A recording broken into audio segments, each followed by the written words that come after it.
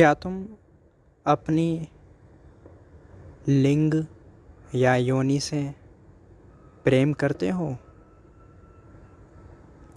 प्रेम भी छोड़ो, क्या तुम्हारा कभी ध्यान गया भी है अपने लिंग या योनि की तरफ? दरअसल आम तौर से भारतीय समाज में खासकर ये बात बहुत आम है कि एक बच्चा लड़का जब वो खुजला रहा होता है अपने लिंग के पास, छोटा होता है, समझ होती नहीं है, चाहे पब्लिक प्लेस हो या प्राइवेट प्लेस हो, कहीं पे भी अगर खुजली आ जाए तो खुजलाने लगता है। तब माँ बाप उसे शिक्षा देते हैं कि बेटा यहाँ पे हाथ मत लगाओ, अच्छी बात नहीं है, और अगर हाथ लगाना ही है तो टॉयलेट में जाके हाथ लगाओ और खुजलाओ और फिर जल्दी से बाहर आ जाओ। यही लड़की को भी शिक्षा दी जाती है, बेटा अपने प्राइवेट पार्ट यानी योनि पर हाथ लगाना है, या कुछ खुजली वगैरह आ रही है तो टॉयलेट में जाके करना है, ऐसे नहीं करना है। तो इस उम्र में जब लड़का या लड़की छोटे होते हैं तो इस उम्र से ही उनके दिमाग में ये बात डाल दी जाती है कि लिंग या योनि ये दोनों आपका जो स्वयं का शरीर का जो हिस्सा है, या लिंग या योनि, आपका खुद का लिंग या योनि शुभ नहीं है, अशुभ है। इसलिए प्राइवेट प्लेस या टॉयलेट में जाके एडजस्ट कीजिए इसको, या खुजलाइए, जो भी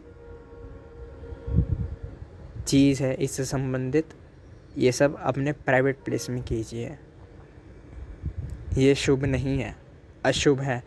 तो छोटी उम्र से ही खासकर भारतीय समाज में बच्चे के मन में ये बात बैठ जाती है कि मेरी लिंग या मेरी योनि अशुभ है, इसकी तरफ ध्यान भी नहीं देना, ध्यान ऊपर की तरफ देना है, ऊपर के शरीर की तरफ ध्यान देना है, और ख़ासकर चेहरे की तरफ ध्यान देना है। चेहरा शुभ होना चाहिए, मेकअप से श्रृंगार से लगा हुआ होना चाहिए, बाल बने हुए होने चाहिए, और पुरुष है तो दाढ़ी भी अच्छी होनी चाहिए, बाल भी अच्छे होने चाहिए, ऐसा। तो और मनोवैज्ञानिक बताते हैं, एक बार एक बच्चे के अंदर छोटी उम्र यानी 5 साल या 7 साल ज़्यादा से ज़्यादा, इस उम्र के अंदर एक बच्चे के अंदर जो भी शिक्षा डाल दी जाती है तो वो उसके साथ ज़िंदगी भर तक रहती है, वो उसे भुला नहीं पाता। तो ये शिक्षा कि आपकी योनि या लिंग अशुभ है, ये शिक्षा 5 साल या 7 साल के वर्ष में ही दे दी जाती है माँ बाप द्वारा, समाज द्वारा, और ज़िंदगी भर तक फिर वो मनुष्य भुला नहीं पाता या पाती कि मेरा लिंग या मेरी योनि अशुभ है, इसमें कोई सौंदर्य नहीं, इससे प्रेम करने लायक कुछ है भी नहीं। दरअसल फिर पूरी ज़िंदगी वो ऊपर की तरफ ही ध्यान लगाता है, अपने मस्तिष्क की तरफ, अपने चेहरे की तरफ। महिला श्रृंगार करती है अपने चेहरे का, लिपस्टिक, काजल लगाती है, पुरुष बाल व दाढ़ी बनाता है। तो दोनों ऊपर की तरफ ध्यान ले आते हैं, लेकिन बच्चे के अंदर बात बिल्कुल उल्टी होती है। जो एकदम नैसर्गिक बच्चा होता है, जिसे बिल्कुल भी शिक्षा नहीं मिली होती, कभी उसे भीतर गौर से जाकर उसे ऑब्जर्व करना, चुपचाप देखना उसके पूरे दिनचर्या को, उसे बिल्कुल भी शर्म नहीं आती अपने लिंग या योनि को छूने में, चाहे वो आपके सामने हो या आपके सामने ना हो, चाहे वो अपने प्राइवेट प्लेस में हो या फिर किसी पब्लिक प्लेस में हो, उसे बिल्कुल भी अपने लिंग या योनि को छूने में शर्म नहीं आती। कभी भी एक छोटे बच्चे के पास जाके उसे ऑब्ज़र्व करना। ये तो हम बड़े लोग हैं या उस बच्चे के माँ बाप हैं जो उसे शिक्षा दे देते हैं कि आपके लिंग या आपकी योनि अशुभ है, इसे पब्लिक प्लेस में नहीं छूना चाहिए, इसे अगर एडजस्ट करना है या फिर खुजली आ रही है तो टॉयलेट में जाके कीजिए या अपने प्राइवेट प्लेस में जाके कीजिए। लेकिन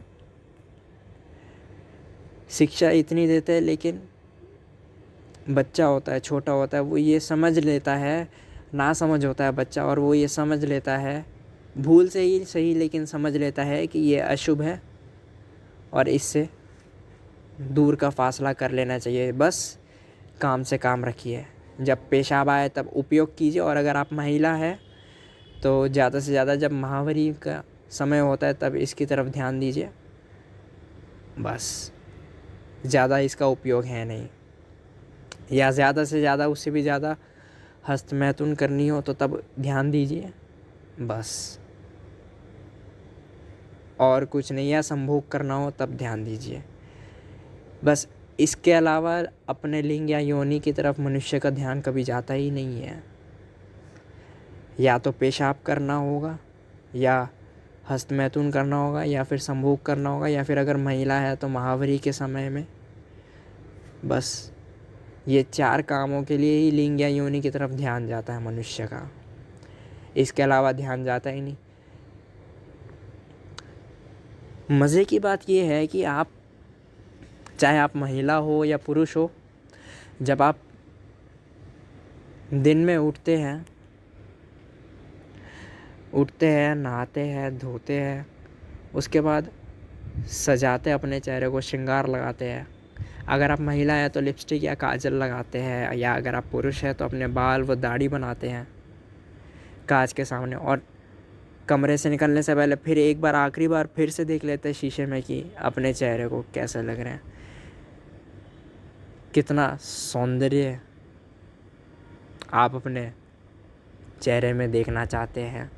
बहुत अच्छी बात है, कितना अच्छा आप लगना चाहते हैं अपने चेहरे से, बहुत अच्छी बात है। भले ही आप पुरुष हो या महिला हो, उससे कोई फ़र्क नहीं पड़ता, लेकिन एक सौंदर्य आप देखना चाहते हैं अपने चेहरे में, बहुत अच्छी बात है।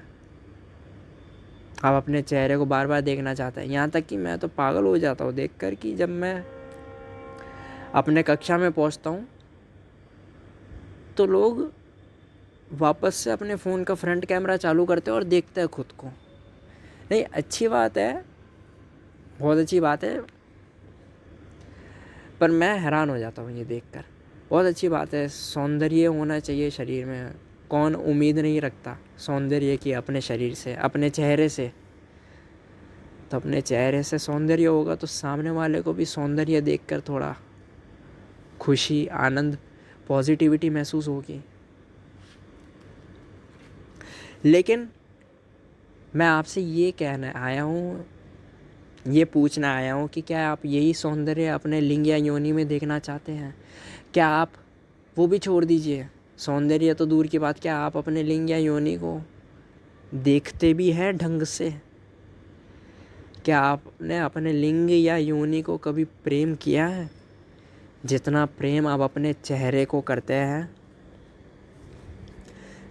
या अगर आप महिला हैं, अपने चेहरे या स्तन को आप जितना प्रेम करते हैं, क्या आपने उतना प्रेम अपनी योनि को करा है? या अगर आप पुरुष हैं, जितना प्रेम आप अपने बाइसेप्स को करते हैं, चेहरे को करते हैं, क्या उतना प्रेम आपने कभी अपने लिंग को करा है? क्यों सवाल क्यों कर रहा हूँ मैं आपसे ये? क्योंकि लिंग और योनि के बिना आपका वजूद संभव ही नहीं है। आपके पिता का लिंग एकदम स्वस्थ रहा होगा और आपके माता का योनि एकदम स्वस्थ रहा होगा, तभी आपका जन्म संभव हो पाया। फिर सुनिए, आपके माता पिता का लिंग, योनि स्वस्थ रहा होगा तभी आपका जन्म संभव हो पाया। अगर दोनों में से कोई भी एक खराब होता या दोनों ही खराब होते तो आपका जन्म संभव नहीं हो पाता। मेरा ध्यान लिंग और योनि की तरफ इसलिए जा रहा है क्योंकि लिंग और योनि से जीवन ऊर्जा निकलती है मनुष्य की, मनुष्य पैदा होता है। लिंग और योनि के अंदर एक ऊर्जा छिपी है। और मज़े की बात तो ये है कि समाज की पहली शिक्षा ही बच्चे को छोटी उम्र से यही होती है कि लिंग व योनि बुरी चीज़ है। इससे ध्यान ऊपर की तरफ लाओ, अपने चेहरे की तरफ लाओ, अपने चेहरे को शुभ बनाओ, सुंदर बनाओ, अच्छी बात है। लेकिन उससे लिंग को बदसूरत बना देता है मनुष्य। चेहरे को शुभ बनाओ, सुंदर बनाओ, लेकिन लिंग की व योनि की सौंदर्य, सुंदरता भी कायम रखो। क्योंकि एक बार को चेहरे पे अगर आपके एसिड अटैक हो जाए तो फिर भी जीवन चल जाएगा। लेकिन अगर आपके लिंग या योनि में अगर गुप्त रोग हो जाए तो क्या आप जन्म दे पाएंगे?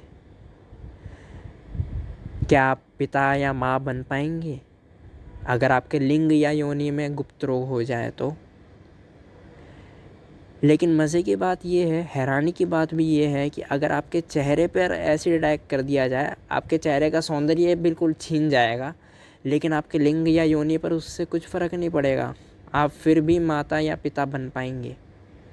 लेकिन आपका चेहरा कितना ही सुंदर हो, अगर आपके लिंग या योनि में गुप्त रोग हो जाए तो आप माता या पिता नहीं बन पाएंगे।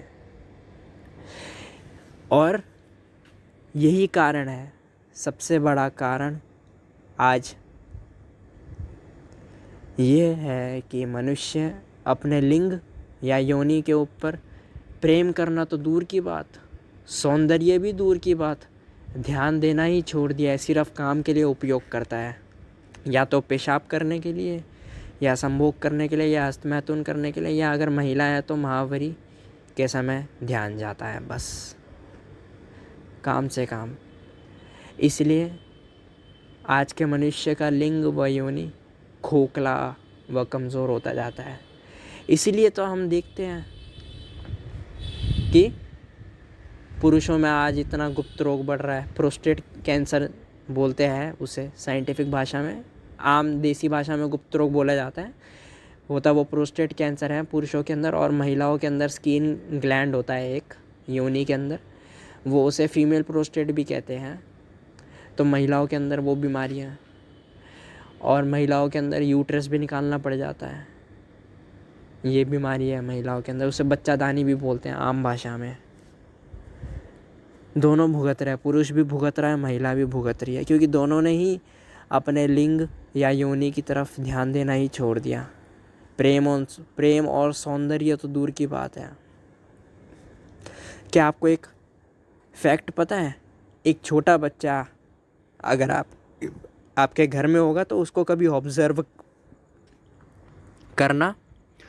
एक छोटा बच्चा हमेशा किसी ना किसी का ध्यान चाहता है। एक बार मैं एक मेहमान बन के एक घर में गया। उनके घर में एक छोटा बच्चा था, उनका बेटा था, तकरीबन 5.5 साल का होगा। तो पता ही है, जब छोटे बच्चे आते हैं, जब मेहमान घर में आते हैं, तब छोटे बच्चे तो और एग्रेसिव मोड पे आ जाते हैं। सताएंगे ही सताएंगे माँ बाप को, मेहमानों को, बात नहीं करने देंगे मम्मी पापा को मेहमानों से। तो वो छोटा बच्चा भी ऐसा ही था। आ गया शैतान, आ गया शैतानी करने, परेशान करने आ गया। तो उसके मम्मी पापा ने बिल्कुल भी ध्यान नहीं दिया, और मैं भी बातों में इतना मगन था कि बातचीत ही कायम रही। तो वो जो छोटा बच्चा था वो मायूस हो गया, वो रोने लग गया। तो फिर माँ बाप ने उसकी तरफ ध्यान दिया। वो पूछा, बेटा क्या हुआ, क्यों रो रहे हो? हम बात कर रहे हैं ना बेटा, इसलिए ध्यान नहीं किया आपकी तरफ। तो कह रहा, नहीं मेरी तरफ ध्यान दो। तो आपने एक बात देखी यहाँ पे, छोटे बच्चे जो होते हैं वो आपके ध्यान के प्यासे होते हैं। एक छोटे बच्चे को अटेंशन चाहिए होता है किसी ना किसी का, या तो माता पिता का, या भाई बहनों का, या मेहमानों का, या किसी का भी अटेंशन चाहिए होता है। और अगर आप देखेंगे एक छोटे बच्चे को अगर एक अटेंशन मिलता है अच्छा, तो वो उतना ही एक्टिव हो जाता है, उतना ही एनर्जी से भर जाता है, उतना ही खेल कूद करने लगता है, उधम मचाने लगता है, हंसता है, रोता है। बस उसे अटेंशन की ज़रूरत होती है। ऐसे ही आपके लिंग या योनि के साथ भी है। आपके लिंग या योनि को आपका खुद का अटेंशन चाहिए, किसी और का नहीं, आपका खुद का। आप स्वयं अपने लिंग या योनि पर अटेंशन दीजिए, फिर आप देखिए आपके लिंग या योनि से कितनी एनर्जी आपके शरीर में आती है।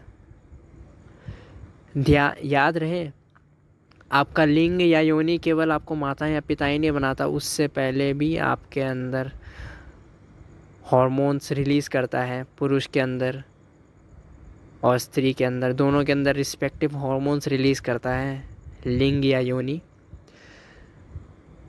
और उन हॉर्मोन्स के रिलीज़ होने से आपको पुरुष तत्व मिलता है या स्त्री तत्व मिलता है, एलिमेंट ऑफ मेल और एलिमेंट ऑफ फीमेल मिलता है आपको।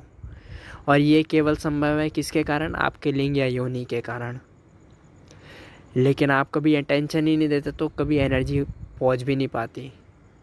आपका लिंग या योनि बिल्कुल अपने छोटे बेटे या बेटी की तरह मानिए, या फिर अपने छोटे भाई या छोटी बहन की तरह मानिए, या फिर एक छोटे बच्चे या बच्ची की तरह मानिए जिसको आपकी अटेंशन की ज़रूरत है।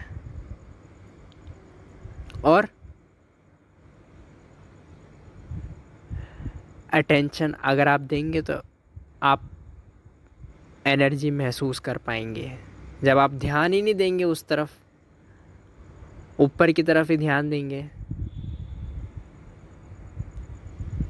तो एनर्जी आ भी रही होगी तो आपको पता भी नहीं लगेगा, और एनर्जी आना भी बंद हो जाएगी अगर अटेंशन ही नहीं देंगे आप। क्योंकि लिंग या योनि बिल्कुल छोटे बच्चे की तरह होते हैं आपके। और मज़े की बात तो ये है, हिंदुस्तान के अंदर एक आंकड़ा देखा था मैंने कि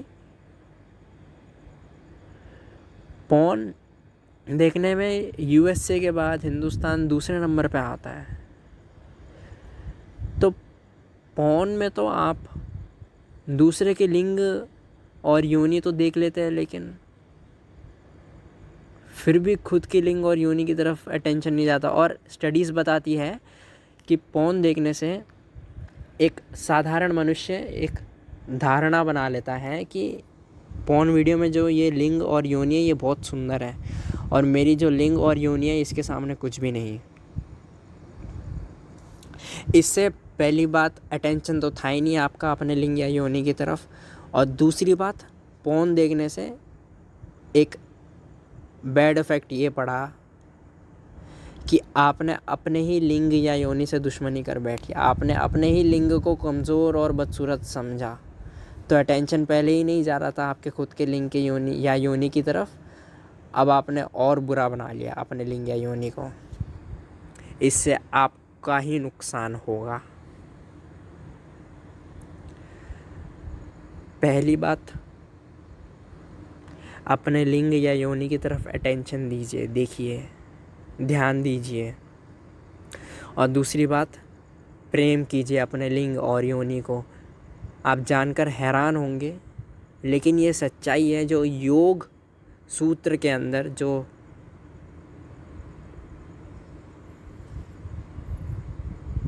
7 चक्र बताए गए हैं, उसमें से सबसे पहला चक्र और शुरुआत ही जीवन ऊर्जा की इस चक्र से होती है, वो है मूल आधार चक्र। ये चक्र आपके लिंग या योनि के पास है। और आप ये बात जानकर हैरान रहेंगे कि जो आपका मस्तिष्क है, जो आपका सिर है, सिर की चोटी जो है, वो सबसे आखिरी चक्र होता है योग का, सहस्त्रार चक्र। वो चक्र हमेशा अंत में आता है। शुरुआत योग चक्रों की मूलाधार चक्र यानी आपके लिंग या योनि से होती है। क्योंकि यहाँ पे जीवन ऊर्जा मौजूद है। चाहे लिंग हो या योनि हो, यहाँ पे जीवन ऊर्जा मौजूद है। और योग के साथ चक्रों का उपयोग किया जाता है कि जो मूलाधार चक्र यानी आपके लिंग या योनि में जो जीवन ऊर्जा है उसको ऊपर उठाकर सर की चोटी तक 7 चक्रों से होते हुए सर की चोटी तक ले जाया जा सके। लेकिन आपकी जीवन ऊर्जा मूलाधार चक्र में है और आपका ध्यान मूलाधार चक्र यानी आपके लिंग या योनि की तरफ भी नहीं है, तो जीवन ऊर्जा व्यर्थ जाती है। और ना केवल व्यर्थ जाती है, आपकी लिंग और योनि कमज़ोर होती है और समय के साथ गुप्त रोग पकड़ लेती है। पुरुषों के अंदर प्रोस्टेट खराब हो जाता है, महिलाओं के अंदर यूट्रस खराब हो जाता है। वो इसीलिए क्योंकि ना तो केवल जीवन ऊर्जा का उपयोग करा, ध्यान ही नहीं दिया आपने अपने मूलाधार चक्र पर। और एक जैन लिंग और योनि की बात कर ही नहीं सकता है, क्योंकि तीर्थंकर महावीर तो ब्रह्मचर्य का महाव्रत दे गए हैं, तो वो घबराएगा बात करने से। एक ईसाई भी नहीं बात कर सकता, क्योंकि वो तो सेलिबेसी में धारणा है ईसाई की। नहीं, आप कोई भी हो, उससे मेरा मतलब नहीं है।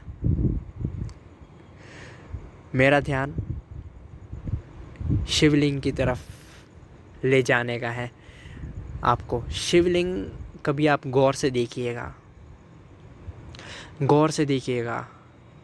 गूगल पे भी आप फ़ोटो देख सकते हैं शिवलिंग की। गौर से देखिएगा, 1 मिनट, 5 मिनट, 10 मिनट तक लगातार देखिएगा, भले ही आपको नज़र आएगा उसमें लिंग है खड़ा, और जो लिंग के आजू बाजू जो सर्कल शेप में है वो योनि है। और शिवलिंग पे शिव भक्त जो विद्वान थे पहले के समय में, उन्होंने शिवलिंग का इसलिए उन्होंने बनाया ताकि मनुष्य रोज़ आके इसका दर्शन करे, ताकि उसे अपने लिंग या अपने योनि से प्रेम भाव जग सके, उसे अपने लिंग या अपने योनि का दैव्य भाव समझ में आए, यानी ईश्वरीय भाव समझ में आए, यानी गॉडलीनेस ऑफ योर पेनिस और your vagina, godliness, divinity of your vagina और योर पेनिस। यही एक मूल कारण है शिवलिंग के पीछे। इसलिए शंकर जी के पूरे शरीर को हम शिवलिंग में ही क्यों पूजते हैं, और ठीक उसी शिवलिंग के नीचे पार्वती जी की योनि है। क्यों पार्वती जी को हम योनि के रूप में और शिव जी को हम लिंग के रूप में क्यों पूजते हैं? क्योंकि लिंग और योनि ही मनुष्य की जीवन ऊर्जा है। और ध्यान रखिएगा, आपके पिता के लिंग के कारण और आपके माता की योनि के कारण ही आप पैदा हो सके और आप आज है। आप कोई एडम या ईव नहीं है जो ईश्वर ने आपको बनाया है। आप मनुष्य हैं और आप अपने पिता के लिंग के कारण प्लस अपनी माता के योनि के कारण आप पैदा हो सके, आपका अस्तित्व संभव हो पाया।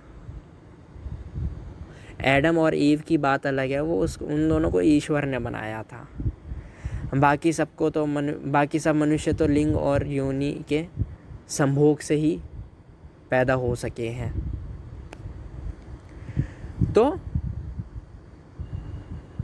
फिर एक सवाल करता हूँ आपसे, अपने चेहरे को तो आप प्यार करते हैं, अपने चेहरे को सजाते हैं धजाते हैं। मैं ये नहीं कहता कि लिंग या योनि को सजाओ धजाओ, नहीं। जो सौंदर्य भाव आप अपने चेहरे से रखते हैं, क्या वो सौंदर्य भाव आप अपने लिंग या योनि से रखते हैं? क्या प्रेम भाव जो आप अपने चेहरे से रखते हैं, जो आप अपने चेहरे को बार बार देखते हैं प्रेम भरी आंखों से, क्या उन प्रेम भरी आंखों से आप अपने लिंग या योनि को देखते हैं? और आपके लिंग या योनि के अंदर जीवन ऊर्जा छिपी है। उस जीवन ऊर्जा का एहसास तो बाद में होगा, पहले अटेंशन दीजिए अपने लिंग और योनि की तरफ।